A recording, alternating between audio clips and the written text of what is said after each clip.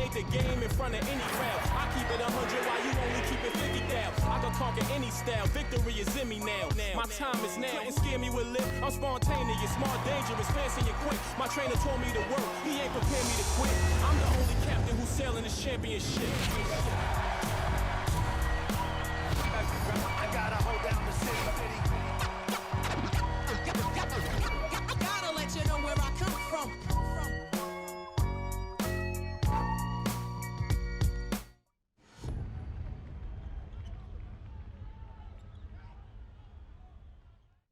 Ороймдын хүргэе үзэгчтэй Баасан нэвтрүүлгийн 11 дахь өдрлийн 6 дахь дугаар та бүхэнд хүрэхэд бэлэн боллоо. Нэвтрүүлгийн Platinum event гэгчээр сайн сайхны санхүүжүүлэн Голомт банк бидэнтэй хамтран ажиллаж байна. За өнөөдөр бид гурав студид одоо гуруулаа сууж байна. За хулан маань совын шалтгааны улмаас чөлөө авсан байгаа учраас ингээд нэвтрүүлгээ гуруулаа хөтлөө явуулах нэ. За та хоёрт ороймд үргээ. За ороймд. За энэ 7 хоног тэгээд цомын тэмцээнүүд явагдсан. Энэ 7 хоног боллоо. За мэдээж удирдлагын зүгээр энгийн тоглолтууд ч гэсэн явагдсан. Хамгийн эхлээд одоо уламжлалсаар уг нь бол дорнд өрн бүсээс эхэлдэг. Гэтэ энэ удаад энэ удирдлагын бас дорн бүс нэлээд өрсөлдөөнтэй яваад байгаа. Дорн бүсийн багуудаас эхлэе гэж бодлоо. Miami Heat, Milwaukee Bucks багууд цомын тэмцээний хүрээнд тоглолт хийсэн. За ардсан Tyler Hero энэ 7 хоногт бас багтаага иргэн нэгдсэн ийм сайн мэдээтэй. Тэгээд эргэж ирсэн ихний хоёр тоглолцсон байна уу да. Тэгээд хоёр тоглолтод хоёуланд нь ямарч ирсэн Tyler Hero бол маш өндөр формтой орж ирсэн. Энэ тоглолт нь ч гэсэн сайн тэгсэн. Энэ ч одоо 60% тогтсон. Тэгээд Торрест шөнө аваад сүүлд баг хожны давталгоо хийлээ шүү дээ Tyler Hero. За Bucks-ийн үед бол асуудал ихтэй байгаа. Янас Антетокумпо гэмтэлтэй ер нь бол энэ багийн Янас л байхгүй бол тэгээ бусд нь бол үнэхээр асуудалтай юм аа гэдгийг ерөн сүүлийн үеийн тоглолтууд нь огтмол харуулж байна. Энэ баг ер нь Янисын нуруунд дээр л явж иж гэдэг зүйл харагдаж байна тий.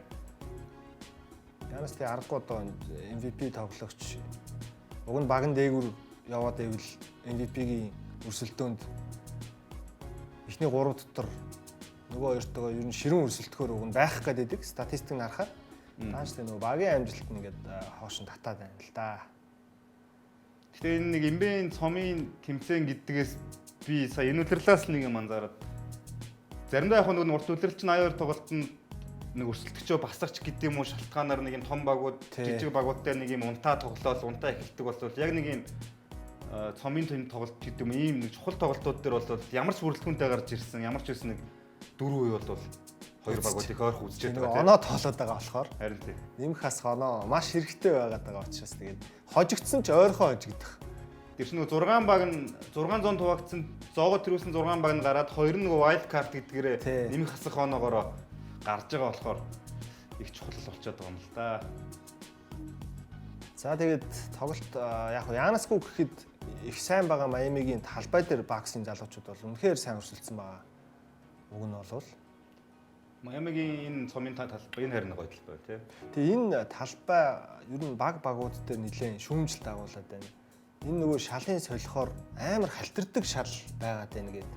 Одоо сүүлд Lakers гэхэд жишээ нь одоо өнөө өглөө болсон тоглолтод Dallas-тай хийсэн тоглолтын дээр уг нь цомын тоглолт. Гэхдээ энэ шалаа нөгөө цомынхоо шалыг тавиагүй зүгээр хуучин crypto.com аренагийнхаа хуучин байдаг шалаа. Эндээ нөгөө нэг агч модон дээр дахиад нэг стикер л нааж байгаа. Тийм, баахан стикерүүд наачаад байгаа байна. Тэгэхээр бог яхал сайн мэдж байгаа. Манайд ч гэсэн янз бүрийн тэмцээн болоод нэг стикерүүд илүү стикерүүд наачаар ер нь халтараад байна. Финал ордон дээр финал болж хахад дунд нь одоо жишээ нь цом мом наацсан байдаг үе байдаг ус. Одоо хойно тэр хандгат мандгатад тэр халтаргаа хамаагүй нэмэгдэнэ үстэй. Ер нь зүгээр халтардаггүй гэж ярьдаг ч гэсэн ер нь бол бодол дээр халтардаг тий. Тэгээд яг зориултын шал биш уу явчих чинь. Бүүзний зуралтууд бас болж байна. Яг тэгээд тэр хэсэг нь жоохон чиг авчвал бүр илүү сайн. Энэ жоо ер нь болохгүй энэ тод юунуудаа ер нь. Одоо эхнээсээ сая өнөө өглөө Lakers-ийн жишээ тэгээд өмнө Dallas дээр харагдаж ирсэн өөр багууд дээр ч бас яригдчихл байсан зүйл энэ хашаа. Энэ 2 жилийн өмнөөс л талбайн дээр илүү халтаргаатай тоглогчдын унсан дүр зураг бол ер нь байнга л ажиглагддаг л байсан шүү дээ. За тэгээд энэ тоглолтын ялагч нь Miami Heat ямар ч байсан болсон. Тэгээд Heat-ийг бид нэр бас хэд хэдэн дугаар дээр бас хальт ярьсан. За энэ удаад бол тэдний энэ удирдалд ер нь юу нь онцгой болгоод байгаа юм бэ гэдгийг илүү онцолж ярих хэрэгтэй баг. За Miami Heat энэ удирдалд сэлгээ нь үнэхээр онцгой байгаа юм байна. 45 оноор унжиж байгаа. За нийтдээ 818 оноо авснараа лигт сэлгээ нь бол 3 дугаар байрт бичигдэж байгаа юм байна. чи ерөөсө хоёр өөр гараатай л гэсэн үг шүү дээ баг тий. Мемфисийн сэлгээ лигийг баг тэргүүлж ах шиг байсан. Арсенал бол. За Майами орцсон 3-т яваа. За тэгээд 123.9 оноо дундчилж байгаа лигийг тэргүүлж байгаа үзүүлэлт. Багаараа. Оноон дээр амар байгаа юм байна. За тэгээд сүүлд Эрик Спойстеро засгажуулагч яг карьерийнхаа одоо удирдал болон плей-оффт авсан ялтын тоон 909 боллоо. За тэгээд түүхэнд нэг багийнхаа төлөө хамгийн олон хожил авсан 3 дахь тасгажуулагч болсон. Мэдээж өмнөх хоёр нь бол Юта Жазын домогт тасгажуулагч Джерри Слоун. Поп баг. Нэг нь мэдээж Грег Попович, Сан Антонио Спурс. За тэгээд Девон Мичел гэж холбон тоглогч нь assist to turnover ratio буюу Хоорондоо харьцаж байгаа харьцаа гэсэн үг шүү дээ. Оновчтой дамжуулалт бөмбөг алдчихж байгаа харьцаа нь бол 489 гэсэн үзүүлэлтээр лиг тэргүүлж байгаа юм. Энэ юу гэсэн үг вэ гэхээр за зүгээр хар ухаанаар бодоход 5 ассист өгж иж нэг удаа л бөмбөг алдчихж байгаа гэсэн үг. Тэгэхээр юу гэдгийг одоо дунд чинь нэг 7.1 хэд байлээ л дээ. Дэвэн мэтлээ. Тэгэхээр 1.1 хэдэн төрнөөр л хийж гэнэ гэсэн үг байна. Амар. Тийм.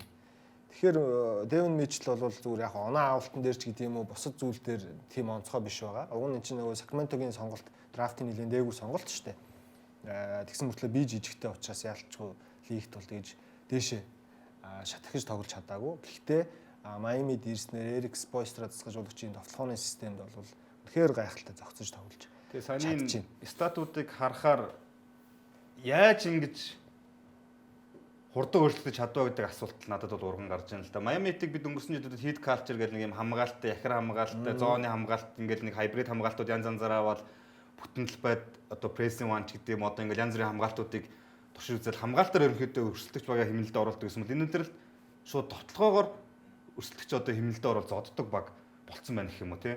Ийм юм харагдаад байна шүү дээ. Тэр нэг дундчилж байгаа оноо сэлгээний оноо авалт нь ч гэсэн жигдэх юм байна. Баггийн тоглогчдын нь одоо нэг дундчилж байгаа оноонууд нь ч гэсэн ер нь ингээд нэг жиг хуваагаад авчин ч гэдэг юм уу. Ийм байдлаас харах юм бол тэгээд энэ Эрик Спойстероос салж удаж чигээр зүгээр магтмаар байна. Үнэхээр энэ цаг үеийн бас хамгийн шилдэг ийм хувьсан өөрчлөгдөж чаддаг өөртөө байгаа жороо ямар ч тохиолдолд нэг ийм амттай болгож боддог тогооч л байна гэсэн үг шүү дээ ахлах тасгалжуулагчид бол. Эрик Спойстеро засгажуулагч сая тэр 909 дэх ялт дээр яг зөвхөн удирдлын тоглолтыг авч үзвэл 800 дахь хожлоо байгуулсан. Энэ үзүүлэлтээрээ яг 800 хожил авсан 800-аас дээш хожил авсан 17 тасгалжуулагч байлуу да.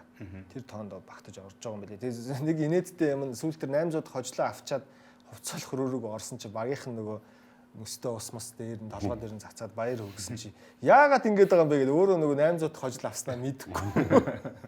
For what гэдээ орилоод исэн. Тэгээд ямар ч нэг тийм гоё мэдээтэй 7 хоног Эрик Спойстерогийн хувьд бол байлаа. Тэгээд яг харахгүй товтлогооны би бол зүгээр өнгөрсөн жилийн Оклахомол энэ жилийн багуудад нэлээд том өөрчлөлтийг өгөхөд нэмэр болчудаа л гэж бодоод байгаа шүү дээ. Одоо яг хамгаалт талаа биш илүү нөгөө товтлогоо тал нь болол жигд оролцоотой байна.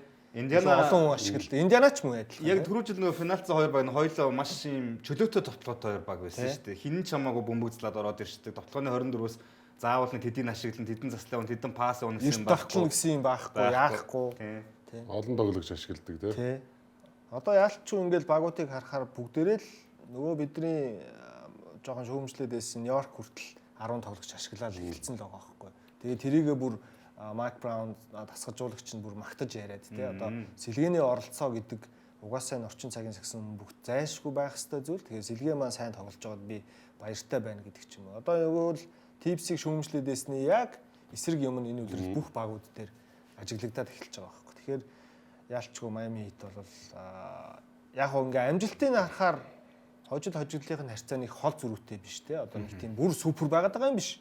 Гэхдээ тоглолтын чанар нь бол үнэхээр гой тоглож байна гэсэн үг. Баг болгонтой л ер нь ойрхон үзэж байгаа тий. Альч багийг хожиж магадгүй. Гэхдээ нөгөө талаараа товтлогоо нь явахгүй болоод шийдэлт унахгүй болвол гэхдээ бас ямар ч багт хожигдчих бас магадгүй гэж хэлж болохоор байгаа. За Майамигийн хувьд бол ийм байна. Харин эсэргээрээ Бакс асуудалтай тулгарч эхэлсэн. Янасын гэмтэл бэртэл яг одоо ер нь ороод ирэх төгсөж байгаа. Ер нь эх 7 хоногоос Янас тоглоод эхэлчих байх. За Бакс харин нэг солилцооны мэдээтэй байгаа. Тэдний хувьд Бостонд Энфони Саймонсыг сонирхож эхэлж байна гэдэг мэдээллүүд нэлээд хүчээ авлаа. Энфони Саймонс яг Бостон сэлгэнээс тоглож байгаа. Тэгээд муу бол биш байгаа. Тий. Ер нь хэрэгтэй үед бол нэг 20-с дээш оног чухал тоглолтуудад бол авж байгаа дүр зураг нэг биш удаа. Тий. Угаас авах ёстой л доо. Тийм. Тэгээд нэг юм сэлгэнсэр нь гол хүмүүний их мэдлэл тоглож байгаа хүмүүс нэг л дээ Бостон. Янас өнөө өглөөнээр Нью-Йорк хэсэг тоглолцсон. Тийм. Тэгээд ямар ч өнөөдөр гимлээс эргэж ирээд тоглолтод ороо 30 оноотой дууссан байсан. Тэгээд баг Нью-Йоркт бол хожигдсон. Одоо гол нь тэгээд Янас ч одоо энэ зунжангаал нөгөө явна моон гэдэг яриануд гарлаа шүү дээ. Тэгжсэн аа тэгээд чимээгүй болчлоо. Одоо хэрвээ ингээл буцаад Янас ирээд ч өнөөдрийнх шиг жишээ нь ингээ хожигдоод яваад эхлэх юм болвол за ер нь буцаад нөгөө явна гэдэг яриа сэтрэх баха.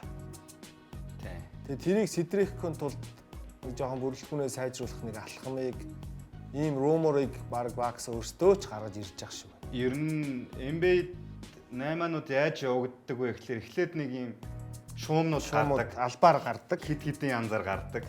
Тэгж жагаад албан ёсоор холбогдлоо гэдэг нэг юм явдаг. Тэгээд ийм negotiate буюу ийм хилцлийн түвшинд явж жагаад яг бүх оддын нөгөө нэг солилцооны цон хаагдахаас өмнөхөн эцсийн байдлаар яг нөгөө гэрээ контрактууд нь эцсийн байдлаараа цэгцлэгдээд зурагддаг. Тэгэхээр Бостонд ч гэсэн одоо юу гэдэг энэ үлрэлд Джейсон Тейтум ирэх ирэхгүй тодорхойгүй нөхцөл байдал. Яг уу ер нь давсаас 7 сар болсон. Ер нь бол хөнгөн дрилүүд хийгээд эхэлсэн байгаа. Сожуулагч бол ер нь 3 сарамараас ирчих байх гэсэн юм байна. Өөрөө ч ер нь бол ирчин гэсэн хүлээлттэй тэрийг нэг бус удаа янз бүрийн подкаст төлөвлөөр орох. Энэ үлрэл дээр нь ирчих байх гэдэг яриаг 2-3 удаа өгцсөн.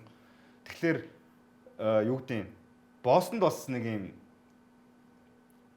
Джейсон Тейтум ирлээ гэж бодохоор Джейсон Тейтум, Джейлен Браун, Дерек Уайт, Пейтон Причард гэдэг ингээ нэг юм 3-аас доошо байрал дээр ингээд хүмүүс бол зөндөө байгаа учраас Anthony Simons гэдэг нэг юм үн хүрж байгаа тоглогч явуулаад хамгийн дутуу байрал нь одоо бодтаад л бод хүн байхгүй болчиход байгаа шүү дээ. Немес Кета, Josh Minot гэдэг өнгөрсөн үлрэлд баг манай 3 дугаар юнитд байсан. Бостны 3 дугаар багт байсан. Талбай дээр нэг юм шийдэх зүйд гарч ирээс 2 хүн гараанд тоглоод байгаа шүү. Тэн дээр нэг юм Simons оронд хүн авах боломж гэх юм уу шаардлага байгаа. Тэгэхээр энэ боддоор өрнж магадгүй. Тийм гол нь оронд нь хэнийг авах вэ гэдэг байна тийм. 3 баг маг оролцоод явчих бас болох. Баксаас хэнийг авах вэ? Төрнерийг өгөхгүй шүү дээ. Тэгэхээр тэгээ Боби Мобитер буу. Одоо таард юм болоо. Тэгээ баг нэрэ Бобитер л бууж таарах байх солидог дээрээ тулах юм. Яг солидог дээрээ бол цалин ч гэсэн арай төхөө байх. Энэ хоёрын тийм. Гэтэ зүгээр Бакс Стэнфорд Самс хэрэгтэй юм уу? Бакс л хэрэгтэй л дээ. Бакс одоо юу болчиход шүү дээ. Оноо авах уу? Би тэгтээ угаасаа Anthony Simons-ийг Portland байхаас л нэг тийм одоо би хувьдаа бол зүгээр их үнэлдэггүй байсан. Одоо ч байсан ч гэж одоо ч үнэлдэггүй л дээ. Ер нь бол тэгэхээр нэг юу гэдээнд одоо нэг за хөгжөөд Zach Lavine шиг л те оноо л авдаг. Тэм л гоё харахад нэг гоё л тоглогч байх баха. Түнс гэтээ хөгжлөн мэдхгүй баг зогсцсон юм шүү. Баха. Энд чинь дээр нэг юм би Нимбата санал нэглэн л да. Anthony Simons-ыг би бол зүгээр нэг юм өөрт нь ирсэн боломжийг аягүй аятайхан ашигласан л тоглогч. Тэрээс NBA-ийн одоо 12 3-т ингээд сэлгэн суужаад тоглогч хүртэл ямар нэгэн байдлаар боломж олдох юм бол тэрийг ашиглах потенциал бол байгаа гэж боддог. 15 давтлаад 30 минут тоглох боломж тэгээ бөмбөгний ирчүүл тий хинжгсэн ер нь оноо авчиж чадах байхгүй да. Бүгдээрээ л ур чадвартай. Тэрийг л зүгээр аягүй аятайхан ашигласан л тоглогч гэж би бас бодоод идэв. Тэгэхээр би ч гэсэн ер нь заавал одоо Бакс үнэхээр сайжруулах гэж байгаа юм бол Anthony Simons гэдэг бол мэдхгүй. Надад бол нэг тийм сонирхолтой сонголт биш л юм шиг санагдаад. Гэтэ яг Simons-аас өөлийг ихлээр бас нэг тийм айхтар том өө харагддаг юм л та. Тэгээ муу бол биш ээ. Нэг тийм нуруу намтай бол биш, жижигхэн биш те. Хамгаалтан нар суултал болоод байхгүй. Шидэл цайтай. Оноо бол асуудалгүй л те. Гэтэ Бакст юу эрэхтэй юм гэхээр яг оноо юу найруулга хэрэгтэй юу те. Тийм байна. За тэгээд Бостоныг ярьсных Бостон цуврал зогсоогч болж хувирлаа. Detroit Pistons-ийн ах нарынхаа рекордыг эвдэх гэж явж исэн хүүхдүүдийг ингээд рекордыг эвдүүлсэнгүү. Энд чинь манайхаар 4-т туссан. Тэгсэн. 13 дараалал хожигдсон явсан. Нэг хожчиход 14 болоод түүхэндээ байгааг рекордыг Detroit-ийн залуучууд тогтоох байсан. Гэсэн чинь Бостон тэрийг нь зогсоочлоо. Аваргын ярианаас гараад ирсэн том баг ямар нэгэн байдлаар ярианд орохгүй бол энэ тоглогч нар ч бас нэг юм амбиц одоо юу гэдэг өөрийнхөө эгог тийчих хэрэгцээ байгаа байлгүй. Тэр нь яг энэ чинь бас нэг цомын тоглолт. Тэгэхээр илүү байна. Цом бол аль хэдийн ударсан байсан. Хоёр хожигдсан явжсэн шүү дээ аль дээр. Тэгээ уг нь цом нь ударсан байсан те нэрээ. Тий. Орландо Детройт хоёр чинь л нэг аль нь гарах вэ дээр л явж байгаа. Тэгээд одоо өнөөдөр өөрсдөө Детройт хожигдоод мулт явчлаа. Орландонд гараа явчлаа. Тэгэд яг энэ бүхний эцтэй цом чинь мөнгө шүү дээ. Сая 500 Тоглогч болгон мөнгө авна шүү дээ. Ялангуяа ийм үүргийн тоглогч нар арай бага цалинтай хүмүүст бол жинхэнэ тэр мөнгийг авахын төлөө дайрж байгаа юм шүү дээ. Тэг яг Бостон дээр Джейлен Браун ямар ч байсан нэг юм өөргөө манлайлалаа өөр дээр нуруунд дээр авна гэдэг нэг үлрэлийн их нэг тоглолтоос тэгжсэн юм аа. Тэр манлайлаа одоо авч байгаа шүү. Тэрийг аваад Эхэлцээ. ингэсэн байлээ шүү дээ. Өнгөрсөн жил 82 тоглолтоос 9 тоглолтод нь 30-аас шууд авч ирсэн юм да. Тэгсэн чинь одоо 18 тоглолтын дараах байдлаар 9 тоглолтод 30-аас шууд авцсан. Явж л байгаа юм байлээ шүү дээ. Энэ тоглолтын дээр нөгөө л амар шиддэг босстой харагдсан. 20 холын зэ шидэлд оруулсан багаараа. Дээрх байдлын нэг 2 дараас хоолын шидэл чинь ер нь эвгүүтүүлсэн шүү дээ. Ер нь бол шидэлт унаад Детройт 11-ийн хийсэн. Одоо 11 нь л гээд байгаа. 11 гэдэг чинь уг нь нэг тийм хуучны одоо нэг 5 жилийн өмнөхдөр бол лигийн багуудын дундаж үзүүлэлт байхгүй юу? 11-ийн холын зэ шидэл багаараа оруулсан. 16 7 8. Тий. Одоо энэ нөгөө Бостон чинь л утгыг алдуулчаад байгаа болохоос биш. За тэгээ энэ уг нь Торгуулаа алдсан юм аа. илүү гарах боломж одоо юу гэдэг байсан бохоо. Тэнцүүлэхөө. Тэнцүүлэх боломж байсан. Ингээ энийг алдчихж байгаа. Хоёрыгоо хийчихэж байгаа шүү дээ. Ингээ тэнцүүлсэн бол бас юу ч болоо үлээ тий. Тийм шүү дээ. Масуулаад асууж их л баяртай шиг. Үгүй аргагүй ш тийм чинь. Дорн бүсийг тэргүүлж байгаа багаа хожижлаа ш. 13 дараас хойш зогсоож шүү дээ хаа. Иргэчлээ шүү дээ одоо. Хуучиж одоо Бостонд ингэж явдаг ус одоо Детройт нь дээр нь гарцал явж байгаа. Одоо тэгээ Детройтын хожлын цуврал зогслоо. Тэгээд 13 дээрээ очиж зогссон. 2004 онд 1990 онд 13 дарааж хожиж исэн. Яг нэг аваргаан онцлог юм Яг авраг авсан 2 жил. Тэгэхээр энэ жил За дүүр нь бол гоё шүү дээ. Детройтэд шанс бол байгаа л гэсэн үг. Энэ хожлын цуврал чинь нэг тийм худлаа тоо биш байгаа даа байхгүй уг нь бол. дахиад эхлэх боломжтой Тий. гэсэн үг шүү дээ. Тэр 2004 оных нөхөө 90 оных нь жилүү тэр хоёр айл нэг нь юу юм бэлээ. 1 сараас 2 сар хүртэл 13 дараалж хожижоод дунд нь ганцхан хожигдоод тэгээд 2 сарын сүүлээс 3 сарын сүүл хүртэл дахиад 12 дараалж хожиж исэн юм бэл. Дүүр бас залаад байгаа маа. Тэгэхээр 26 тоглолтод ганцхан хожигдсон гэсэн үг байхгүй юу? Детройт тэр жилд. Тэгэхээр тийм амар зогсоолцгүй жил байсан гэсэн үг. Одоо тэгээд манай аваргын хэлдэгч одоо тэгээд дахиад эхнээс нэг гэл тоолох юм дээ. Одоо ер нь дүүр нь бол одоо баг Йокчараас орж байна төвийн байрал дээр. Яг хоо тоглолтын арга барил юм нь өөр ч гэсэн яг нөгөө тийм нэг эзэрхэг Импакт нөлөөтэй байдлаар нөлөөтэй байдлаар би нөгөө өмнөх дугаар дээр нэг хэлжсэн Детройт гэдэг хальт яриад өнгөрөхөд улиралд ингээ Канахэм л айхтар байгаа л сүүлийн 3 улирал 4 улирлыг ингээ харахаар энэ улирлыг оролцуулаад win share гэдэг нэг үзүүлэлтийг ярьж байсан шүү дээ. Тэргээрээ Канахэм биш ерөөсөө сүүлийн 4 жил дандаа дүүрэн байгаа Харин гэсэн. энэ аюу гоё нөлөөтэй тоглогч. Тий. Кан аймгүй хожоод байгаа байхгүй. Тий. Детройт. Данис Дженкинс гэж нэг холбогч Тий. тоглоод 20 он аваа Канаэмгүй нэг тоглолт хоцсон. Өөр чин тэгээд Дүүрэнгөө бол хожиход хэцүү шүү дээ. тий харин дүүрэнгөө л юу болчих. Тий, Детройт. Тэгэхээр энэ бол үнэхээр гоё төвөнд тоглож байгаа. Бас ярихгүй болохгүй тий. Одоо ер нь яг Йокич төв дээр бол одоо Йокич араас нурыг дүүрэн болж таачих шүү. Яг 5-8 яг нөлөөллийн үед тийм. Тий. Дорндод ер нь баг яг 5-8 дээр дүүрэнтэй өрсөлдөж гарч ирэх тийм амар хүн байгаа юм. Байхгүй. Одоо Одоо санаанд бол орж ирэхгүй шүү. Вестд ч гэсэн одоо сайн төв байна. багуудыг л бодоход жишээ нь За Катлар, Кач дээр 4-5 тий. тий Кат ч бас 5 гэхэд хэцүү болчиход байгаа. Яг хуу 5 дээр л тоглуулж байгаа ч гэсэн. Сайн төвийн тоглогчтой байна гэдэг чинь бас ингээ нэг хожил ингээ аваа. Гол нь Кат чи эргээд нөгөө хамгаалтан дээрээ бас Тий. дүүрэн шиг биш. Дүүрэн бол үнэхээр эзэрхэг юм билээ. Тэгээ дүүрэн чинь юу гэдэг одоо нэг юм тоглолт бол айгу тэмцэлтэй тоглолтгоор ялгаатай л байгаа юм л За да. яг одоо 60 таалан моб 60 таалан төв гэхэд 60 таалан чинь яг дүүрний шиг нөлөөтэй бас биш л байгаа байхгүй.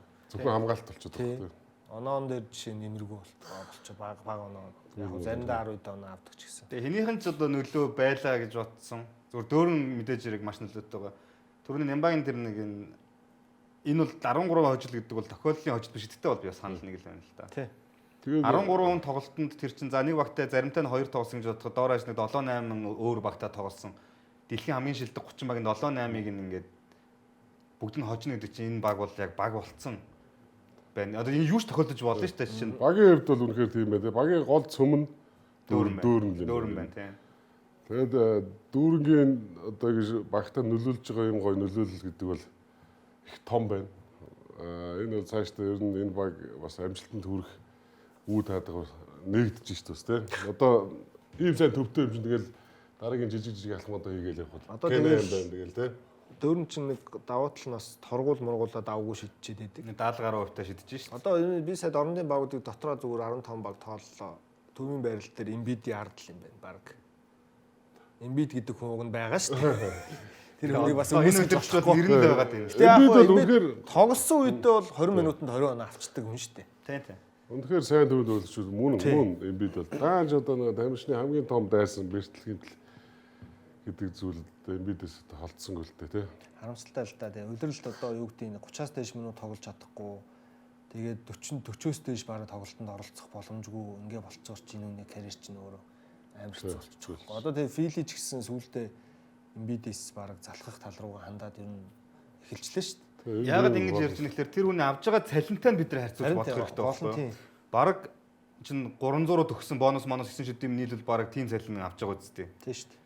Жилийн 55-аас тэгш цалин л авч байгаа шүү дээ. Одоо зүгээр дундчлаа за 50 сая гэж бодох чинь 250. Амар л өндөр цалин шүү дээ. Багийнхаа нөө юг хаачаад байна л да. Одоо цалин Тэр 20 оноо гэдэг чинь тэр нэг юм бүр багийг өкснэгтийн ихний дөрөвдөр байлгах хэмжээний супер хүнд бол хангалттай болчиход байгаа. Тэгээ гол нь 20 минутын 20 оноо. клач тоглолтын дээр тоглолтын төгсгөл жишээ нь Embiid-ийн минут лимит нь толцсон бол тэгээ гарахгүй. Талбайд байхгүй минут маш их байна шүү дээ. Уг нь Embiid байх нь хэрэгтэй байгаад идэг. Даач нөгөө эмчийн зөвлөснөөр минутын лимит хүрсэн 25 минутаа хүрсэн ч юм уу болохоор тэгээд гарахгүй байхаас өөр сонголтгүй болчиход. Зүгээр багийн нэг жилд зарцуулах цалин нөгөө нэг luxury tax level-ийн тэр хүртлээр 140 орчим сая байгаа л үгүй тий. Тийм байгаа.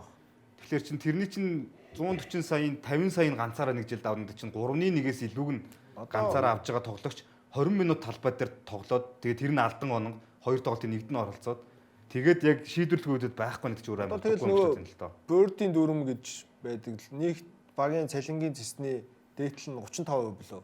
Хамгийн супер макс гэрээ чи нэг тоглогч тэгж авна.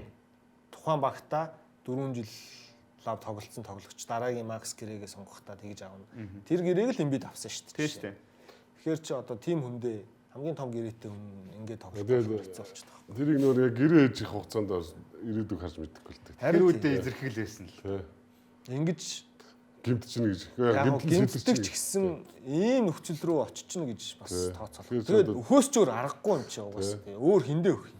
Максида өгцөн. Энд дээр нэг Филигийн одоо багийн эзэн рейнжүүдийн нэг Хинийч буу. алдаа гэхээс илүү зүгээр яг одоо азгуутлах юм уу те. Алдаанууд бол мэдээж гарсан. Зүгээр Embiid-ийг авч үлдлээгээд нэмээд өөр сонголтууд нь бас те Tobias Harris-аас өөр, Paul George-ыг аавна гэх. Paul George-оос өөр те сонголтууд байх болов. Яга Фили болоо явчих дэлээгээд те. Яг хөө түг ярьж Өөрнийг ярьж байгаа л ерөн жейлэн дүүрнээс л болсон шүү дээ. Нэг гоё төв байлээ. Үнэхээр Embiid-тэй харьцуулагдахаар л гэж үнэлж ярьж байгаа гэсэн. Тэгээд яг энэ үлрэлийн хэмжээнд бол Embiid-ээс илүү байна л гэсэн утгатай. Нодлог бол гарч ирж байсан шүү дээ дүүрэн яг. Одоо дөрөв төлөлдөө тоглож байгаа юм байна. Одоо дөрөв төлөв хаа сүүлийн 2 жил авын шиг харагдаг. Нодлог бол бас харагдж эхэлсэн шүү дээ. Гэтэ нөө доктор хожихгүйсэн учраас бидний ярианд ордгүйсэн. Одоо багаа бүр хожиж бол ер нь нэг дөнгөж яригдаж эхэлсэн байхгүй. Детройт ч нэг юм гоё баг болоод бас нэг одоо плей-оффт орлоо шүү дээ. Магадгүй ирээдүйд 4 жил төрүүлж иж мэдгэл баг Детройт. Тийм. Би бол зүгээр гол хоёр тоглогч нь бол үнэхээр гоё шүү дээ. Дүүрэнгийн импакт бол тийм том байна. Canham гэдэг одоо ямар ч одоо тэгээд Америкийн шигшээ нөгөө нэг 5 номер дээр нэг үед асуудал байдаг. Тэрийг ерэн шийдэх хүн гараад ирлээ гэж 2028 оны төв юм биш үү? Chet Holmgren дөөрөө хоёр одоо Америкийн гол авархан бай. Одоо дууд Спойстраа засгаж угаасаа дуутгал баг. Дуудгал ойлгомжтой. Сонголт байхгүй юм чи. Гэтэ яг Embiid шигшээ дуудагдж байгаа ч гэсэн энэ байдлаараа бол 28 маань хэцүү л дээ. Тэгэхээр ер нь бол дөөрн ийм л өндөр импакттай байна. Зүгээр яг одоо хүмүүс ярих л баг л та энэ юу амар MVP тоглогчтой дөнгөж гарч ирж байгаа дүүрнийг харьцуулаад байгаа юм. Гэхдээ зүгээр багт үзүүлж байгаа нөгөө нөлөө нь тэгээ яг дорн бүстэй байгаа энэ төвийн тоглогчдын нөлөөтэй харьцуулахаар Embiid-ийн онцолж ярихаас өөр онцолж ярихаас өөр арга болчиход байна л да. Статистик нь мэдээж Embiid-ийн хэмжээнд юм өрөхгүй. 20 30 оноо 10 хэдэн самбар авахгүй. Карьер хаянч бараг нэг 30 дөнгөж гараал байгаа шүү дээ. Нэг 15 оноо 10 самбар л дунджилж байгаа гэж бодъё л та дүүрнийг. Гэхдээ тэр нь бага хожуулаад байгаа. Гэтэ дөөрн зүгээр тэр нэг юм бодтаа талбад байж их нь өөр амар том нөлөөтэй л байгаа юм да минутуудаа. Тэгээ түрүүн тэр нэг Нямбагийн хэлж байгаа win share багийнхаа хожлын хэдэн хувийг нь оролцоотой байна вэ гэдгээр л илэрхийлэгдэл гараад ирчихсэн. Тэр тоо чинь уг нь худлаа хэлдэггүй тоо. Мэдээж худлаа. Дандаа MVP тоглогч нар л тэргүүлдэг тэр үзүүлэлтээрээ бага тийм тоо гэхгүй. Тэгэхээр дөрөв нь бол үнэхээр гоё байна. За дараагийн нэг онцлох ёстой баг бол өнгөрсөн 7 хоногт уг нь ярьсан. Гэтэ одоо цувралан зогсдгүй. 9 дараа л очиж. 9 дараа л очижлаа. Баазар дайцч энэ дээр. Брэнд Инграм. Яг учраа олчлоо. Сүүл дусны сав шидэл учраа олчлоо Инграм. Уурлаа. Тий. Өчигдөр талархлын баяр байсан Америк нэгдсэн улсад NBA-ийн тоглолт яваагүй. Ерөнхийдөө пүрэв гарагт болсон тоглолтуудаас бид үргэж байгаа. Энэ бол пүрэв гарагт болсон тоглолт. Гэтэ Индиана сайн үдсэн юм аа уг нь.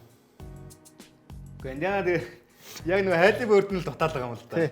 Яг нэг төгсөх хүн дутаа. Ганц нэг клач шилдэлтүүд те. Яалч амар гэмтэлтэй байсан л да. Одоо бол нөгөө гэмтэлтэй хүмүүс нь бас арцсангүй эргэж ирээд гайгүй болж эхэлж байна. А эсвэргээрээ Торонто ч харин бас гэмтлүүд байгаа шүү. RJ Barrett жишээ нь гэмтэлтэй байгаа. Тэгтээ багийн чанарыг бас харуулж байна.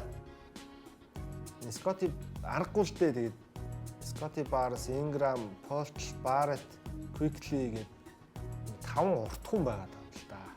Тэгэл нөгөө саксны чинь хамгийн үндсэн философи нь ерөөсө өндөр өнөлийн спорт шүү дээ урд хүний. Тэгээ нөгөө дорндын багууд чинь жигдгэн сул олчингууд нөгөө нэг жигдгэн өндөр багууд нь ингээд ер нь Детройт ч гэсэн одоо холбогч нь 2 метр гарцсан мэт. 3 билүү 6 билүү баг таана хэмжтэй шүү дээ. Амар өндөр шүү. 6 8-тай санагдаад их юм уу? Тэр чинь 2 метр 6-аас 3 Тий. 5 Леброн үстэй. Тэгээ Леброн гэсэн үг шүү дээ. Холбогч нь Леброн шиг гээд бодохоор Детройт ч.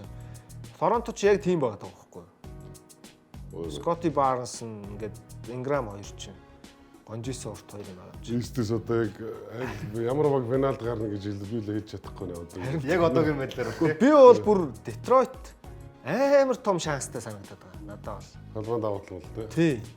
Одоо ингээд тэргүүлсээр байгаа. За эхний 3-аар гарчхад ихний 2 шта тий. талбайн давааталтай эхлүүлдэг ч юм уу те. Тий, боломжтой байхгүй. Одоо ялангуяа нөгөө талд Нью-Йорк нэг юм нэг яг хожоод байгаа ч гэсэн нэг тийм нэг сонин Кливленд нэг төрүүлэх байгаа. бас ихтгэл төрүүлэхүйц биш.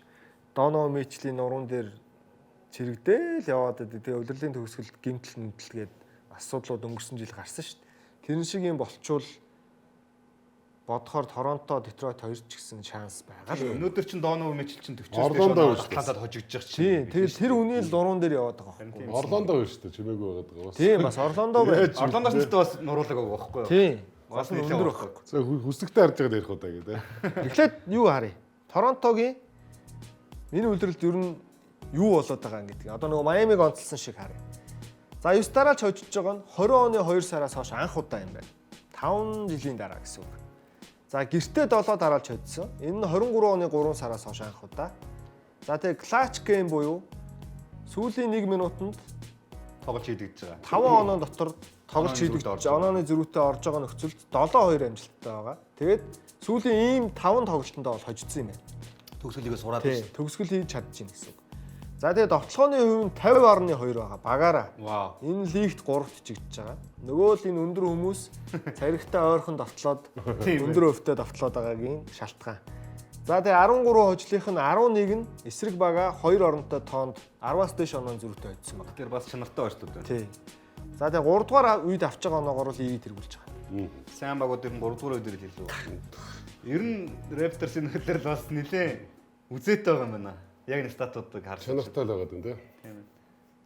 яг тоглолтынууд бол би яг бүтэн бас үзэж амжаа. Тоглолт төгсгөж чадж байна. Хамгаалт бодиттой байна. Довтлогоо бодиттой байна 50% гэдэг нь тий. Тий.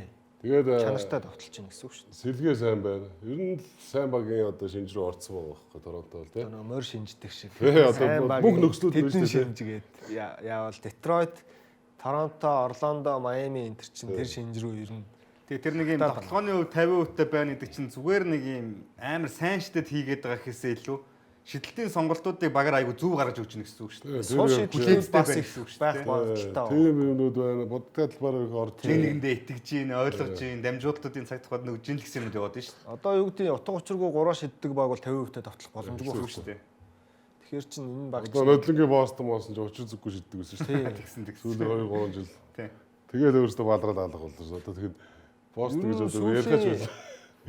Одоо ингээд сүүлийн авраг багууд за 15 оноос хойш гэж бодоход 15 оны Warriors ч гэсэн багаараа ер нь бол за 50-аас арай дээш биш юм а гэхэд ер нь 50 руу нэлээд төгсөн хөвтөд авталж исэн баг. За тэгээ сүүлдээ нөгөө Durant-ыг аваад бүр утгыг алдуулсан шүү дээ. 50 хөвтөд авталдаг болсон багаараа.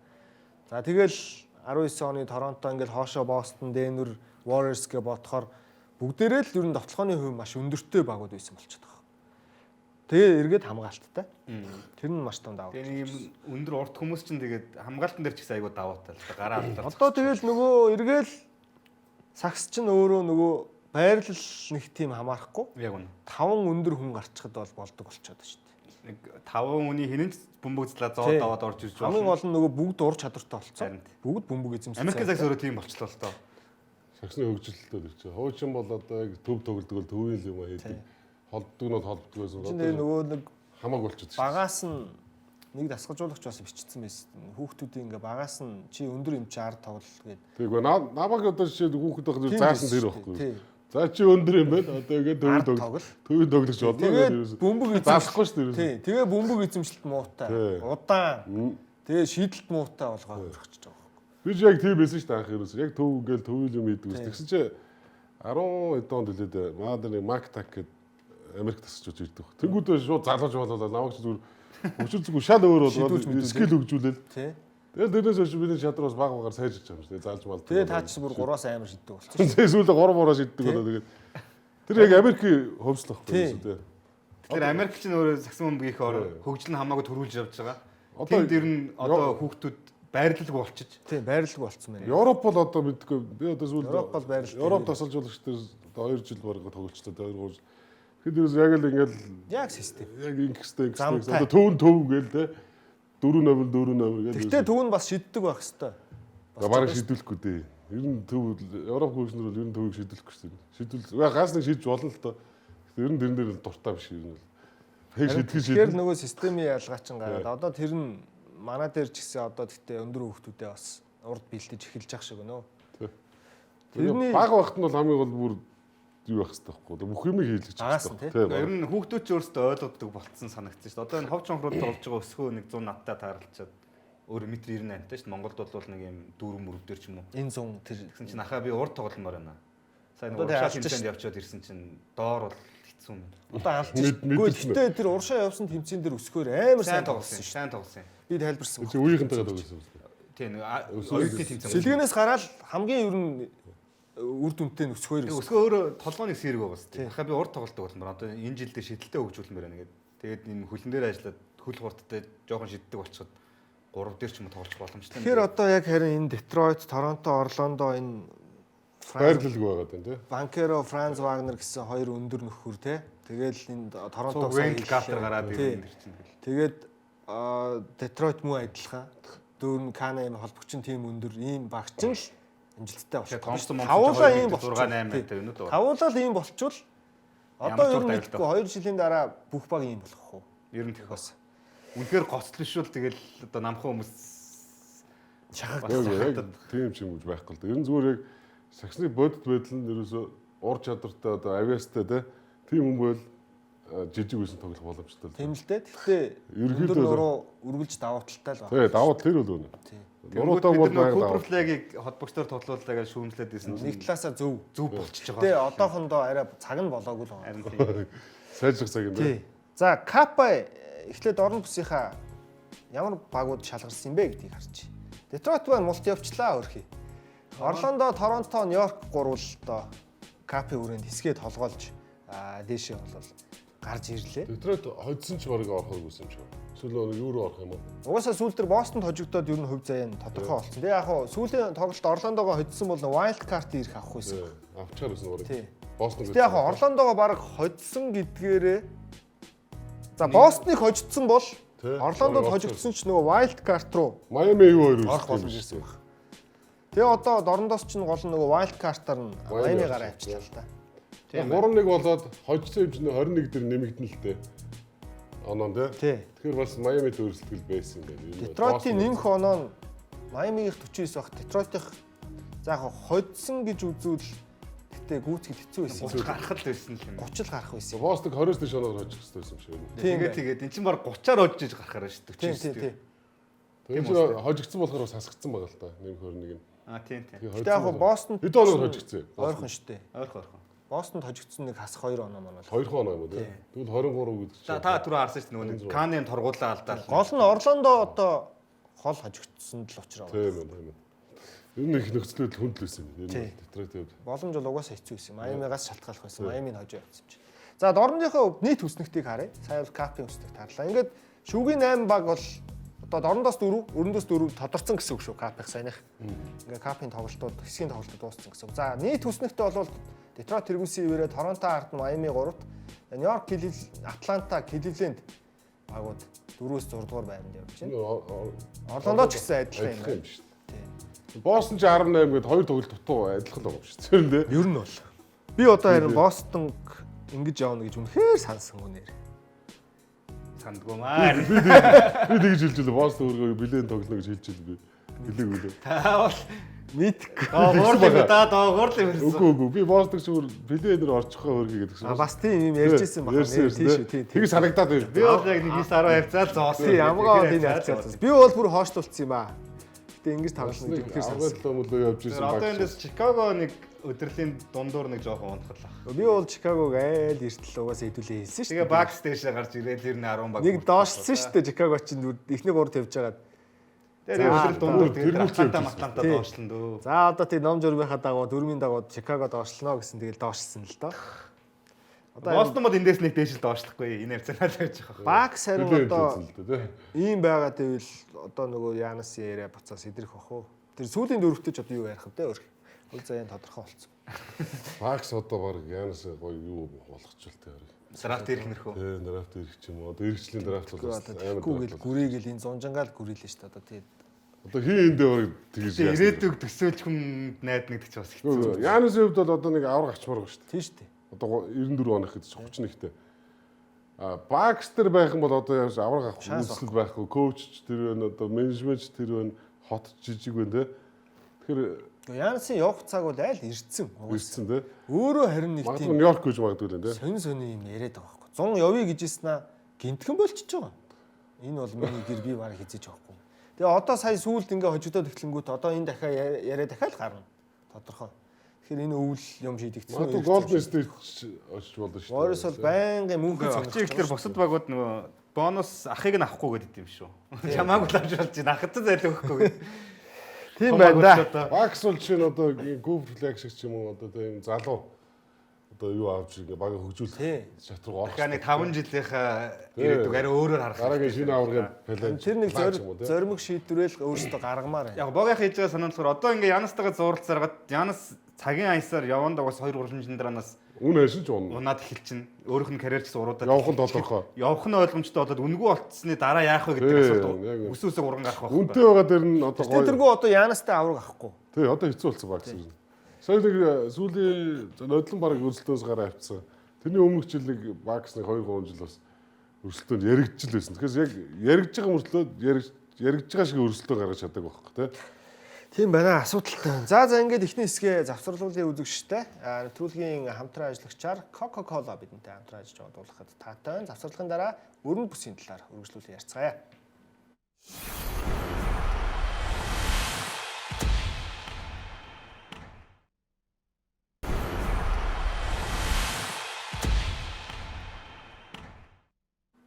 Эргээд тавтамар үзэгчтэй баазар нэвтрүүлэг удирдлагын 6 дахь дугаараа та бүхэнд хүргэж байна. За одоо бид дөрвөн бүсийн талаар ярилцсанаа. Houston Golden State Warriors гэсэн тоглолтоос яриагаа эхлүүлье. За энэ дээр харамсалтай Стеф өвдөг юм болсон. Тэр одоо гайгүй байна. Эмрайд харуулсан гэсэн ямар ч гэсэн 7 хоног тоглохгүй юм шиг байна. Тэгээ одоо цаашдаа бас юу болох нь. Тэрийг тэгээд зүгээр тэр бол хүмүүс янз янзаар бичиж байгааг нэг л өнцгөл. Пумагийнх нь пүүцтэй болгосон л. Одоо тэгээ Golden State одоо түүн тоглох хэрэгтэй юм. Одоо ямар ч одоо гүйд пост гаргаж байгаа. Пост бол яг төв биш. 4 номер шийддэг тий. Houston бол самбарт бол баларсан шүү дээ. Яг тайлбар суусан энэ тоглолт. Энэ ялчгүй арай л ахмад туг болчихжээ. Харин насны юм байгаа юм. Залуучууд байна. Гэхдээ багийн Корн, Стеф, Жими, Дремонд, Ал Хорфорд гэж бодох орчтой. Зүгээр юу л да одоо ахмад тоглогчд нь жишээ Хорфорд гэдэг нэг цалин малин ингээ хаагааг байхгүй тий. Одоо гол Жими, Стеф, Дремонд энэ гурав ч одоо гуруула одоо нэлээд өгшин тоглогч болчихлоо одоо тий 35-аас дээш. 35 нэмэх насны баг орж ирээд одоо манай лиг тоглох гэсэн хэцүү үстэй ер нь. Хэцүү шүү дээ. Ер нь багт бол ганц нэг бол байж байхад зүгээр. Тий. Тэгээ тэр нь гол нь багийн лидерүүд нь гол бөмбөгтэй тоглолтыг ачааг нугалдаг хүмүүс нь тийм болчихж хэцүү болчиход. Энийг л яриад байгаа шүү дээ. Голд сте би ч сүүлийн 2 жил ярьж байна. Хүмүүс ингэж ярихаар нөгөө фэнүүд нь амар дургуул хүлээж авдیں۔ Гэтэ энэ ч одоо болд байдлыг. Би одоо Бостон дандаа одоо шүүмжилдэг байсан тий. Тэгэл одоо Бостон нэг л дөрүүлсэн шүү дээ. Тэгэл ростер л үнэхээр толцсон байсан. Тэгэл тийм үстэй. Тийм ээ. Одоо тэгээд Golden State бол бод байдлыг л одоо гуруулаа ярьж байгаа шүү дээ. Тийм үстэй. Үнэхээр ингээ гол тоглогч нар цалин ихтэй хөгшин байна. Цалин баг авдаг энэ хоёр гур бол бас болж байна тий. Одоо нөө NBA-ийн гол нь цалингийн зэчээг хэмжээтэй учраас тий. Энэ гурав нэг 20-оос доошоо ч юм уу саяын цалинтай байсан бол. За боли Стефиг яг одоо тий өгж болно тий. Одоо бейсбол шиг цалингийн зэсгүй бол хамаа алга Warriors чинь ийм том зах зээлтэй баг жил болгоо аврагын төлөө үзнэ. Амар мөнгөөр одоо л аавна. Леброн дээр ч гэсэн би одоо ярьж байгаа шүү дээ. Леброн одоо 50 сая гэрээ аваа багийнхаа юг хааж байгаа энэ жил бол тий. Тэр бол тийм сайн зүйл биш ээ гэдгийг бол би бодит төр л ярьж байна. Энд дээр гэрээ нугаас хатуу гэрээтэй юм билээ. Өөрийн үсэлтээр цалин бол буухгүй юм л шүү дээ Леброн тий. Солигдох эрх нь өөрт нь байгаа шүү дээ. Хамгийн амар. Тэгээ солигдох эрхээ өөрөө авцсан. Тэгээ азар бог ахын тэр Warriors-ийн тоглогч нарт тийм гэр юу байгаа. Эндэлжсэн үнцгийг нь Леброн гайгүй хийгээд хэллээ шнэ. Тоглолтод 10-аас дээш товтолж байгаа юм уу чаавас. Тий. Тэр чинь юу л өнөөдөр жишээ нь 13 оноотой л дууссан. Миний яг хэлээд байгаа юм бол Леброн айгүй ухаалаг тоглогч. Лигийн хамгийн ухаантай тоглогч. Багтаа уусаад хийх юм аа. Энэ хоёрын үе ирчихжээ гэж. Стеф ч гэсэн тийм тоглогч. Тий, Стеф ч гэсэн хамгийн ухаантай. Тий. Тэгтээ л болохгүй байна энэ баг. Төв байхгүй байна. Golden State. Тэгээд Леброн ч нөгөө Остер Лука гэдэг нэг юм Лука байна. Тоглолчмоор байгаа нөхдүүд байгаад байгаа байхгүй. Энэ Golden State яг Леброныг яг адилхан өөртөө нас чацуу нөхдүүд байгаад байгаа хэцүү байх шиг байна л да. Ялгаатай л да ойлголт нь Лебронтой харьцуулж. Тэгээ Golden State бол хэцүү хөө энэ жил плей. Угаасаа энэ багийн хамгаалт гэж алга энийг Дремонд ч хэллээ, Жими ч хэллээ. Дремонд бол бидэнд хамгаалт гэдэг зүйл огт алга гэж хэлсэн. Жими болохоор самбарт аач хашихгүй ерөөсөө дасгалжуулагчийн баг нөгөө системийнхаа нэг хийдэг юмнууд аач хийхгүй энэ баг ерөөсөө болохгүй байна гэж Жими бас хэлсэн. Одоо л яг потенциалтай тулаад үнэхээр Стефен уран дээр чирэгдэж явж штэ одоо. Сайн дасгалжуулагч одоо юугаар ингээд 22 онд бол чирэгдсэн Стефен уран дээр. Тэгтээ туслахууд нь маш сайн байсан байхгүй. Тэгээд тэгсэн дуртай авраг болсон тий. Одоо Стеф бас нэг зүйл айгүй хэцүү байгаа. Одоо нэг хэдүүлээ ярьдаг шүү дээ. Одоо спейсингийг үүсгэж өгөх. Тийм төвшний шидэгч цуг байхгүй. Клей байх чинь клей бол ингээд энэ хоёр гүнхэж одоо анхаарал татах өөр хөнгө болчихно. Тий. Жими шидэг. Рэм шидэг. Энэ хоёр зүгээр баг сул орхиод байгаа юм аа. Пожемс гур дээр бол баг сул орхино шүү дээ. Рэмдэг бол орхичод байгаа. Пожемский мууди зүүдийг найдаж тоож хамгаалахгүй шүү дээ. Тэгсгээд нэг барааны газар л байдаг шүү дээ. Ирсний дараа л гэж. Стефиг бол ингээд яг яалтч наадаж аваад тэгэл. Хамгаалахч баг амар байгаа байхгүй Warriors-ыг. Ер нь бол Стеф хамгаалах хамгийн хэцүү ядаргаатай тоглогч л доо. Тэгтээ нэг хүн ихэр чихэн дээр намсгалаад яваад ахт яах вэ? Хэцүү шүү дээ. Golden State би хэддээ хэлээд байдаг Golden State дээр. Бодтол юм өөрийгөө бодлоод ярьж байгаа шүү дээ. Тэгээ Golden State дээшлэхгүй хөө доогоор хөө Lakers дээшлэн гээд маргасан шүү дээ. Тэгээд би NBA эхлэхээс өмнө хинтээ. Бажи бротой. Facebook-ээр газ бичлэлтэй шүү дээ бас. Тэр ах гандан буурахгүй л тий. Ах маань одоо Монголдо ирсэн байгаа. Бах тэгээд нэгтгэд NBA talk дээр угаасаа өрн бүсийнхаа өснөгтийг хараарай гэж хэлээ. Тэгсэг доошо бууна гэж хүмүүс өснөгтөө дахиад нэг хараарай гэнэ. За Warriors тийм байна. Яалтчгүй нэг эрийг нас уулыг цас олж явах шиг байна. За дараагийн үнэнд гүйцэгдэнэ гэдэг тий. Ярилцах ёстой баг бол Сан Антонио. Өнөөдөр Денвер Наггетстэй тоглолоо. За яг хөө Денвер бол хүнддэг шалтгаантай. Aaron Gordon, Christian Brown гэсэн хоёр чухал тоглогч нь гэмтэлтэй байгаа. Гарааны үед. Тий. За гэхдээ Spurs ч бас хүнддэг шалтгаан байваа гэвэл байгаа. Эмби байхгүй. Эмби ч өөр хоёр тоглогч дайтай шүү дээ. Тий шүү дээ. 6 тоглолт өнччүүдээ Вемби одоо өнөөдөр оролцуулаад. Тэгээ Вембиг хожоод байна гэдэг л Өнөөдөр одоо дахиад Денверийг талбайд нь хожоод цомын тэмцээний өрөөнд хожил аваад сүүлийн 6 тоглолтоос Вембигүүгээр 5 хожил авчихлаа. Спurs ондоо байлаа шүү. Одоо жигнээр туршлага хэрэгдэх үгээс багийн хувьд бол бас чанартай болцсон мөлий. Одоо яг энэ жилээс чанарчж эхэлж байгаа юм тий хөгжөө. Тий. Денвер штэ гол нь Йокичтэй багийг оноонд дурлаж хожлоо бас. 130 оноо авсан хоёлаа. Васел гоё. айтайхан тоглолцоод байгаа. Кастл гоё. Тэгээ өнөөдөр Йокичийг бас тэгж амар олон дураар нь товтлуулсангүй. 139 оноо авсан тоглолтод Йокич 10хан товтлсон байх юм. Харин Сонголт л тоо.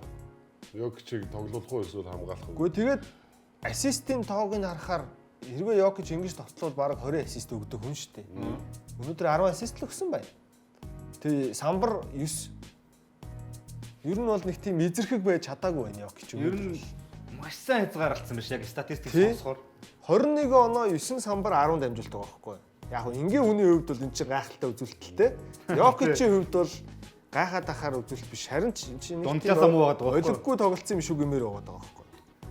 Cam Johnson гэдэг Cam Johnson харин өнөөдөр л сайн тоглох шиг боллоо. За өнөөдөр ч юу аах вэ? Зүгээр Aaron Gordon гэмцснээс хойш Peyton Watson, Cam Johnson хоёр бол яг давгүй тоглож эхэлж байгаа. Нэг сайн юм нь харин одоо Aaron Gordon-ы гэмтэлтэй хугацаанд Cam Johnson учраа олоод авчвал уг нь хэрэгтэй байгаа даахгүй Денверт бол. Итгэлээ олоод авчвал. энэ сайн байгаа. Одоо гарааны ойд өгчихгүй хэд. Одоо энэ Julian Champagny гэж энэ нөхрөл Spurs үнэхээр гоё тоглож байна. та нөгөө Васелийн 2 дараасаа олон шидэлтийнхэн сүүлийнх нь байна уу? Басэл 35 оноо авсан. 7 хоолын зай шидэлтэй хамгийн чухлын сүүлд 2 хоёрыг дараасан тий. Энэ нөгөөх нь шүү. Кастл тоглосон юм. Касл Гэмтэлтэй уус. тоглохгүй байгаа. Гэмтэлтэй байгаа. Кастлгүй Вембиг хожоод шүү дээ. Тийш дээ нэрээ Каслгүй шүү дээ бас. Кастл ороод Вемби хоёр ороод Кастл чи бас том нөлөөтэй Энэ жилийн Спурсээр нь эвгүй байгаа маа. Тэгээ энэ дэр чинь одоо Fox өнөөдөр бол нэг тийм өлегтэй тоглосонгүй шүү дээ бас. 12 оноотой л дууслаа шүү дээ. Яг 10 ямар ч баг бэлээ автаарахыг хүсэхгүй байх. Харин эвгүй болчиход байна. Ер нь тэгэл залуу нас чинь өөр юм байна шүү. Ер нь бол Өөр. Тэгээ түрүүний Богиахын туршлага гэдэг юм чинь гэхдээ давж чадах зүйл гэвэл Вембигийн нэг амар гоц авьяас биш үү? гоц өгөгдөл. Гоц өгөгдөл гэх юм уу тийм. Туулж ижил туршлагатай болдог л доо. Тэгээ ямар ч Вембиг сүүлийн за энэ бол өнөөдрийн тоглолтын оролцуулаагүй гэснээр тань. Сүүлийн 6-аас 5-д нь хожсон байгаа гэсэн үг шүү. Вембиг үгээр шүү дээ. Энэ жилийн Спурсээр нь гоё байгаа маа. Одоо яг боловсрож эхэлчихлээ л да. Тэгэхээр гоё бол. Тэгээ эн чинь үндсэндээ завар руки засгажуулагчтай баг штэ. Тийм. Өнгөрсөн жилээ дундаас эхлээд Мич Джонсон засгажуулагч аваад явсан. Одоо Энэ жил яг жинхэнэ Руки засажуулагч хамгийн гол асуудал дээр яг шийдвэр гаргалт те. плей-офф төрлөлт юм да тий. Плей-оффын шийдвэр гаргалт. Солилцоо, засварлага, Тэгээд яригдсан да. моментууд дээр Жижигэмнүүд дээр яагаад ихчив гэж яригдчих эхэлнэ. тэрийг залруулчих аимшигтай хүн харин энэ юм л дээ. Залруулчих магадгүй. Тийм. Алдаа гаргасан ч. Энэ жил тэгээ нөө өндөр хүлээлт байхгүй бас. Тийм хүлээлт байхгүй нь бас дарамт багтаа Дарамт байна байх л та. Одоо жишээ нь OKC ч юм уу энэ жил жишээ нь Денвер тий. асуултаа Lakers. байвал бас амар шүмжлүүлнэ шүү дээ. Дарамт очно шүү дээ. Lakers ч юм уу ялгаагүй дарамт Lakers очно шүү дээ. одоо аваргын төлөө зорж байгаа шүү дээ. Жилийн жил дарамттай байт юм. Тий. Бостон ч ялаа адилхан байхгүй. Тэгэхээр 10 жилийн өмнө лөө Lakers баг тарихгүй нөхдөд болсон. Нөгөө сэлгэн дээр нь камин хөвтчихийдэг. Чаг үе байсан шүү дээ. 12 он шүү Тий, дээ. 12 он. 12 3. Lakers хинч тоож ярьсан. он шүү дээ. Баахаар одоогийн Brooklyn ч баг тиймэрхүү болоо. Баг тарихгүй нөхдөд. Тэгэхээр тийм дарамтгүй болохоор залуучууд бас гоё тоглоод ах шиг байна л да. Тэгэд Spurs-оос энэ үйлрэл бас нэг онцгойроод байгаа юм. Өнгөрсөн жил баазар дээр бас нэг Индианаг онцолж харуулжсэн санагдаж байна. Багийн ийм ашиглагдж байгаа тоглогчдын оноо авалт нь юу ямар хөө байгаа юм бэ гэдээ харахаар Spurs энэ жил 8 тоглогч нь 10-аас дээш оноо дунджилж байна. Галзуу. Одоо Нью-Йорк өнгөрсөн жил 8 тоглогчид ашиглаж ирсэн шүү дээ.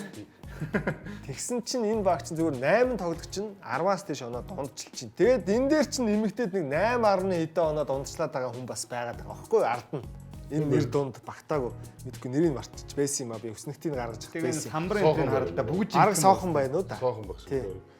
Тэгээ самбарын ч жигдэх юм байна. Тий. Эмбигээс тооцвол. Тэгэхээр чи бүгд хамгаалж ийн гэсэн үг шүү дээ. Тий. Хамгаалалт бол байгаа шүү. Спорт бол.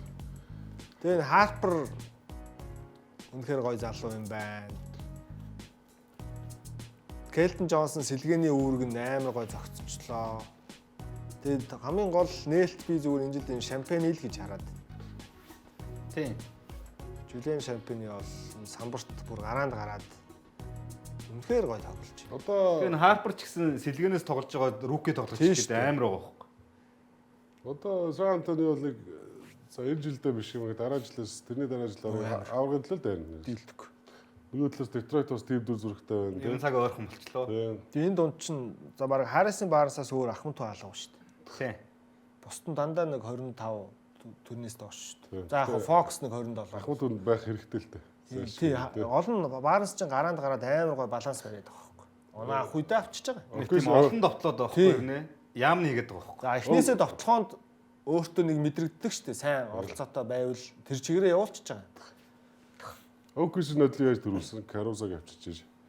Хартанштайныг авчиж. Хартанштайныг авчиж төрүүлж байгаа шүү. Яг тэр шиг л одоо Тэгээ одоо хамгийн аимшигтай нь бид нар өнгөрсөн жилээс л ярьсан дөө. Вемби дээр бүх одод очиж хамт тоглохыг хүсэх байхгүй. Харин ингээ айж байгаа юм. Тэгээ гол нь оронд нь өөх ийм ассетууд спорт зөндөө байгаа. Гэхдээ ер нь ингээд нэг юм хийцгүй үедээ NBA-ийн бол бусад лигийн багууд тоглогчдын стат энтер ингээд нэг халих хатгал байлгүй. Тэгээд бүгд Вембиг хараад энтэй тоглож үзэх юмсан гэдэг нэг зүгээр хамгийн айж ирсэн л юм. байгаа. Янас спорт очих үедээ л гэж айж байна. магадгүй те. Хамгийн гол нь спорт оронд нь Янасын оронд өөх юм зөндөө шүү дээ. Тийм. Залуу тоглогч нар драфт хийж. За тэгээд буруу харин нэг нүүдэл хийвэл тэгээд Тий нэг буруу юм хийвэл баларна л да. Гэтэ спорт буруу үнэ Пол Жорж шиг тоглогч за болио. Тэр бол Пол Жорж. сүүлд нэрээ спорт дээр өнөө өглөө би харсан. Ману Шинопли туслах цэцгажуулагчийн багт орж байгаа юм байлээ. Тэгээд гол ажлын үүрэг рүү чиглэл нь болохоор Стефан Касл, Дилен Харперт хоёртой тулж ажиллах энэ хоёрыг хөгжүүлэх цэцгажуулагчаар томилогдож байгаа юм билээ. Одоо Женоблич одоо Евро степи мастер шүү дээ. За, Spurs юм байна. Гоё байна. Ер нь хуучин ингэж Detroit Spurs гэдэг ойрын хэдэн жил нэг ярьж байгаагүй багуудаа ингэж Энэ тодруулж үйлдэл ярьсан ярихгүй чинь юм, тий. Торонто тий. Гоё. За, OKC-г ярихгүй байхын арга алга. Уг нь одоо тэгээд J-Dub нэг онцолж ярмааргүй байгаад идэх. Угаасаа нөгөө аваргууд улиралд онцгой байгаад байгаа учраас. Гэтэ одоо бол бүр энэ онцгойрол нь хэрэг сэтэрлээ. J-Dub ирсэн. Мэдээж дөрмийн дагуу очихстой байсан тоглолт. Гэтэ Phoenix бол сүлдээ мартагдана да. харин Phoenix гэхдээ үнэхээр сайн үдсэн өнөөдөр. Хожингоо л алдлаа. Ер нь нэг сүүлийн 3 минут ортол ер нь тэнцүүг явсан. Тий.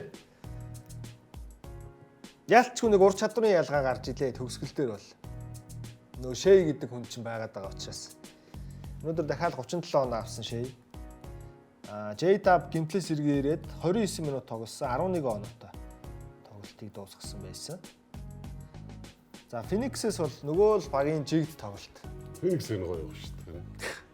Би одоо энэ жил Төсөөлөөгүй. нөгөө таамаг удирлын ихний дугаар дээр өгөхөд Phoenix-ийг ингэж дээшлэнэ гэж ёстой бодлого хаймар доорж агсаасан. Бостоныг бас тэгж 98 9 8 гэж бодлого хоошоо плей-инээс гаргаж агсаасан. Гаргаад авцсан тий. Би Phoenix-ийг яарлаа. Энэс нэг тэгж дээшлүүлээг бах уу. Би амарсан 10 дээр зоосон л юм. Өрөнд бүс гэж бодоод ер нь тэгэл хоошлуулсан. Тэгээд Phoenix бол гэтээ яах вэ? Одоогоор шүү нэг 20 тоглолтын дараа гар шүү. Гэтэ тоглолт аягүй гоё. Тийм тийм тоглолтын чанар нь бол даа. Чанар сэтгэлээ тий. Аврагуудтай бүрэн бүрэлдэхүүнээрээ шахуу байхад нь ингэж үзэж чинь гэдэг чинь бас. Тэгээд талбайд нь шүү дээ. Тэгэл сүүлд Шей шийтгэж жилээ л дээ. Phoenix тэгээд одоо яах чарахгүй л тий. Нэг бөмбөгөө таслууч нэг эвгүүтэх төгсөн шүү Шей гэхдээ. Тэгээд эргээд залруулцаа. Аюултай ба шүү дээ. Амар хурдан нөхөж орж ирсэн шүү дээ. Phoenix чинь. Ингээд энэ Royce O'Neal чи алангаа алдсан.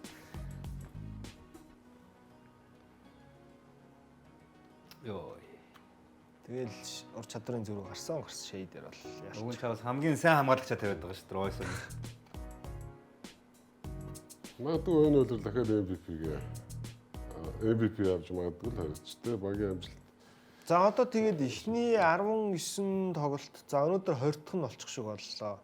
Эхний 19 тоглолтын дараа OKC ер нь түүхэнд ямар амжилтуудтай зэрэгцсэн бэ гэдгийг бас харуулна. За энэ дээр бол багийг лигийг нэмэх хасах үзүүлэлтээр одоо плюс майнус гэж байдаг шүү дээ. Тэргээр тэргүүлж байгаа тоглогч. Эхний 10 дотор 6 биш. 6 өгсөн шүү дээ. Юу вэ? Энэ юу та багаараа Эхний 5 дотор Йокич л ганцаараа өөр байгаа байхгүй юу? хожоод байгаа болохоор цуг давхар явчих л таа. Нэг хэсгэж. Хамгийн амар нь шээ нөгөө хэд нь Тэгээ гол нь энэ дунд хамгийн аимшигтай нь хардаа тэр Кейсн Волс AJ Mitchell хоёр байхгүй да. AJ Mitchell чи сэлгэнээс тоглож исэн хүн шүү дээ. Энд өөрөө сул талгүй харагдуулаад байгаа шүү дээ та нарыг. Та нараас одоо яг тэр Карусооч юу ч хийж байгаа. Тий. Харташтай Home Green хоёр нь тэр хойно явж байгаа шүү дээ. Харин тийм. Тэгээ J-Dub тоглохгүй байгаа шүү дээ. Гобер явж байна. Харин тий би энийг бас гайхсан шүү. Гобер үлрэл явна шүү дээ. Явж илээ. Явна шүү дээ. Нэг хасах үзэлтээр. Сайн л шүү дээ. Тэгээ багтаа нэм нөлөөтэй юм шүү дээ. За тэгээ OKC-гийн эхний 19 тоглолтоос түүхэнд ямар рекордуудтай ер нь тэнцсэн яваад байгаа юм бэ гэдгийг харъя. За 16 оны Warriors бол удирдлыг 24 тик гэж эхлүүлж ирсэн. Гэтэ финалд гараад хожигдсон. За тэгэхээр эхний 19-т нь бол тэд 19 тик амжилттай явж ирсэн. 15-аас 16-д финал гарсан бол зүгээр л түүхэнд бараг дахиж тохиохгүй ч гэж магадгүй юм шүү. Тэр амар. За тэгээ 94 оны Rockets бол 18-1 гэж эхлүүлээд авраг болж ирсэн. 91 оны Blazers 18-1 гэж эхлүүлж ирсэн ч харамсалтай нь бүсийн финалд хожигдж ирсэн байлээ. За тэгээд 18-1 гэж 70 оны Нью-Йорк эхлүүлээд тэр жилдээ авраг болсон. 96 оны Bulls 17-2 гэж эхлүүлсэн ч авраг болсон. Тэр чинь гэхдээ нөгөө 73-9 хийдэг жил шүү дээ. Энэ жил чинь. 72-10. Тий. 72-10 хийдэг, 73-9. 95-100 Жорд өөрөө хэлдэг шүү дээ. Би хамгийн одоо юу багаа сонгоё гэвэл 96 оныхаа 96 оны Bulls-ыг бол хамгийн хэлдэг. За тэгээд энэ жилийн таандар 18-1. За өнөөдөр хожууд 19-1 болчихоо да. 20 тоглолтоос гэвэл. За энэ одоо тэгээ 72-10 бол төгөхөндөө юм. Энэ янзаараа явбал юу гэлээ? 75-7 гэлөө Гэж дуусах боломжтой. гэж дуусах боломжтой. Нэг Ер нь тэр нэлээд үнэн санагдсан шүү надад л. Гэтэ өнгөрсөн жилийн Cleveland бас ийм шанстай явж исэн байхгүй. OKC дээр нэг л зүйл анхаарал тач. Одоо SG хизээ одоо ядарч эхлэх вэ? Хизээ сая бол бүтэн 20 тоглолт баг нуруу дээр аваачлаа. Гэтэ гол нь хамгийн амар наач нь 3 үе тоглолцоо 4-р үе тоглохгүй байна. Тэр нь бас болчиход байна. Дундаж байгаа минут нь 33 хавцаад байгаа байх. 3 үедээ нөгөө 30 оноогоо авчаад 4-р үед тоглох шаардлагагүй тоглолт өчнөө байсан байхгүй. Салчаад байгаа, оноо салчаад. Тэгээд бусад нөгөө нэг багуудаас ялгаж байгаа нэг юм нь энэ хооронд чинь OKC тиймд ардан байсангүй шүү дээ. Маш олон геймтэл бэртэл байлаа. Тэгтэл тим юмыг ийм байдалтай даваад гарчин гэдэг чинь одоо энэ багт яг бүрэн бүрэлдэхүүнээр ингээд нэг ачаалан жигдгээ тэнцүүхэн ингээд уучраа болоод ингээд явчихаар би бол баг байхгүй юм шиг. би бол ер нь харинтай ингээд тэр чирээ явсаар байгаа тэр нэг 73-9 мессийг бод ивтгэл ах. Харин энэ залуучууд ер нь Гэж эвдээ бодоод зоржиж бас магадгүй байхгүй. Тийм. Гэтэ тэр нь бити эвдээсэй л гэж бодож би бол тэрлүү бити зориосоо. Тэгвэл бас өөрсөндөө нэг том ял тавьчин тий. Плей-офф бол хараасаа гэж бодож би бол. Гэтэ миний зүгээр анзаарж байгаа эдгээр нэг тийм зорьсон зориогүй урсгалаараа ер нь баг ивдчих Харин боломжтой. тийм бас Боломжтой гэж харагдаад байгаа надад бол. Зөрсөн зөрөөгөө хожоод байгаа юм чинь. Тий. Харин тэрийг нэг шунахгүйгээр хожоод байна л дээ. Хамгаалт амар энэ урж чугмын хамгаалт бол тэгээд хинч гарч ирсэн амар тогтоод байгаа юм чинь. AJ Mitchell баг энэ янзаараа одоо ингээд оны шилэг 6-аас тоглолчин шагнал руу амар өрсөлдөхөр болчихлоо. Одоо юу ачлаа шүү дээ. Тийм байна. За NBA Cup-ийн өрөндийн хүснэгтээ харъя. За тэгээд ерөнхийдөө нэвтрүүлгийг өндөрлүүлье. OKC бол үнэхээр зогсоодчихгүй байна. 4 дэх гэсэн амжилттай Cup-ыг дуусгасан. Phoenix орчих юм шиг. Phoenix орсон. За дөрөв багийн таандар Memphis мултраад тэгээ Phoenix ороод ирсэн. Тийм байна. Wild Card-аар. таандар Lakers, Spurs, Phoenix яа. Одоо тэгэхэр чин хасагдах шатанд Lakers таандар хоёр. Phoenix-тэй таарч исэн баха. Тийм үү. Spurs таандар хоёр. Spurs таандар хоёр таарч исэн. Танал X шөнгөтэй байна да. Цомоо иймэрхүү цомоо бол авчаад идэг шүү дээ. Гэтэ нодон бил бас ингэж кап хүртэл амир яваа төрүүлж капта баг төрүүлж мөрөлдөө. Үгүй шүү дээ. Нодлонч Урсан мөлөө. Урсан төрүүлсэн. Анхны Тэгснээ тэрнээс хойш унчаад өстэй. нодлонч яг үдээд бол бас 90% хураал байсан шүү дээ. Токогийн солилцоо болоогүй. Эдэр Дэвис тоглохгүй гээл. нодлон чинь бүх одоос хоошоо гайгүй тоглож гисэн шүү дээ Тий. гэж чинь. Гэтэ Токогийн солилцоо тэгж явсаар байгаа гэтээ 3-аар гарсан. Энэ жил бол бас адилхан л байхаар байна. Гэтэ удирлын эхнээсээ ингэж явж байна. Энд бол гоё лээ. За одоо өрөндийнхөө нийт хүснэгтийг Яа, хоёр тийм. Моог. Моо. Хоёр барт юу. Моо. өнөөдөр хожид бүр 14-4 болцсон. 14. Чи адилхан 12-4-гээ явж исэн. Тэгээ Дэн рүү хожигдоод Хьюстон тоглолт дутуу ийм байгаад байгаа болохоор ингээд бүр хоёр дээр бат зогсоод эхэллээ. Моо. Төгс угаад OKC-гийн ард явж штеп чи дөрөвхөө хожигдсан байна. Би орой хараа одоо энэ Лекс хуваар эвгүй болж эхлэх үед яах вэ гэж бодоод байна. Сая чин бол нэг хэсэг нэг Ютатай хоёр тоглолоо. Ер нь бол хожих хөстөө багуудаа хожоод явцсан байхгүй. Гэтэ хожих хөстөө бага хожиж гэдэг чинь баг болоод байгааг нь шинжилтэй. Тийм л дээ. Гэтэ яг хаа одоо ингээ харахаар сүүлд Лексийн хоцсон 3 багийг харалт бодлоо. Ютаг 2 хоцсон, Клиперсийг хоцсон, Далсыг хоцсон. Тэр 3 нь хаана явж байгааг л харалт. Тийм байх. Тэгэхээр чи яг тийм чанартай юу гэвэл бас Гайгүй хөө. Тэгээ хожих хөстөө багуудаа хожоод явж байгаа л ихний нэг 4-5 дээр бол байж л авах л та. за тийм байна. Тэгээ өрөнд бүс ер нь дорн бүс илүү өрсөлдөөнтэй одоогоор бол яваад шүү. Яг үнэндээ бол хүснэгтийг харуулсан ч тэр. Тэгэхээр Гоё. өрөнд бүсийг энэ 7 хоногтоо арай бага яриад 2 дахь сэрүүгээ орууллаа. За тэгээд Истиг бол сайн ярьлаа шүү дээ. тэглээ. Истиг бол өстой тултал ярьлаа. Одоо тэгээд дахиад эх 7 хоногт Истийн багууд одоо юу гэдгийг Торонтогийн онцлог цуврал цаашаа бас идж хүрэх юм мэдэхгүй шүү дээ. Тэгэхээр дахиад л яригдах байх гэж бодож байна. За энэ түргээд энэ удирлын 6 дахь дугаараа өндөрлүүлээ үзэгчтэй. Нэвтрүүлэгтэй хамт байсан та бүхэндээ баярлалаа. Дараа 7 хоногт энэ цагтаа эргээд уулзцгаая. Баяртай үзэгчтэй.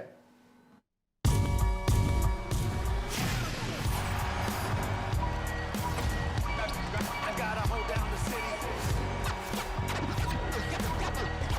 Gotta let you know where I come Gotta hold the city down anyhow. They gon' have to really bow. Totally dominate the game in front of any crowd. I keep it 100 while you only keep it 50 down. I can conquer any style. Victory is in me now. My time is now. Couldn't scare me with lip. I'm spontaneous, smart, dangerous, fancy and quick. My trainer told me to work. He ain't prepared me to quit. I'm the only captain who's sailing this championship. I gotta hold down the city.